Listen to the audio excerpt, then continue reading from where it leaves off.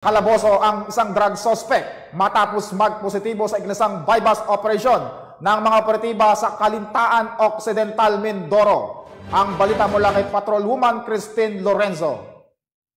Timbog ang isang lalaking tulak ng ilegal na droga sa isinagawang drug bypass operation ng Calintaan Municipal Police Station pasado alas 5 ng hapon nito lamang ika-6 ng Mayo taong kasalukuyan sa Barangay New Dagupan, Calintaan Occidental, Mindoro, katuwang ang mga tauhan ng Regional Police Drug Enforcement Unit, CIT Occidental Mindoro at Regional Special Operations Group 4B.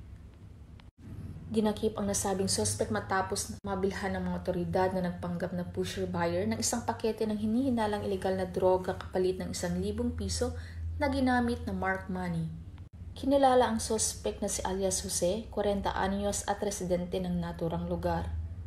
Maliban dito, na-recover pa sa pag-iingat nito ang 2 pang pakete ng hinihinalang shabu at ang bypass money na ginamit sa pagkikipagtransaksyon. Sa ngayon, ang suspect ay nananatili sa pag-iingat ng Calintaan Municipal Police Station at nakatakdang sampahan ng kaukulang kasong paglabag sa RA 9165 o Comprehensive Dangerous Drugs Act of 2002. Ang isinagawang operasyon ay bunga ng pinaitinang kampanya kontra ilegal na droga sa buong lalawigan ng Occidental Mindoro at resulta ng magandang adhikain ng ating Pangulong Ferdinand Bongbong Marcos Jr. na tayo magkaroon ng pagkakaisa, magandang ugnayan at pagmamalasakit para sa ikuunlad ng bagong Pilipinas. Yan, sa ating kababayan sa Occidental Mindoro is iwasan ang paggamit ng illegal na droga kasi nga walang may dudulot na kabutihan yan sa ating katawan, sa ating pamilya at sa ating kabuhayan.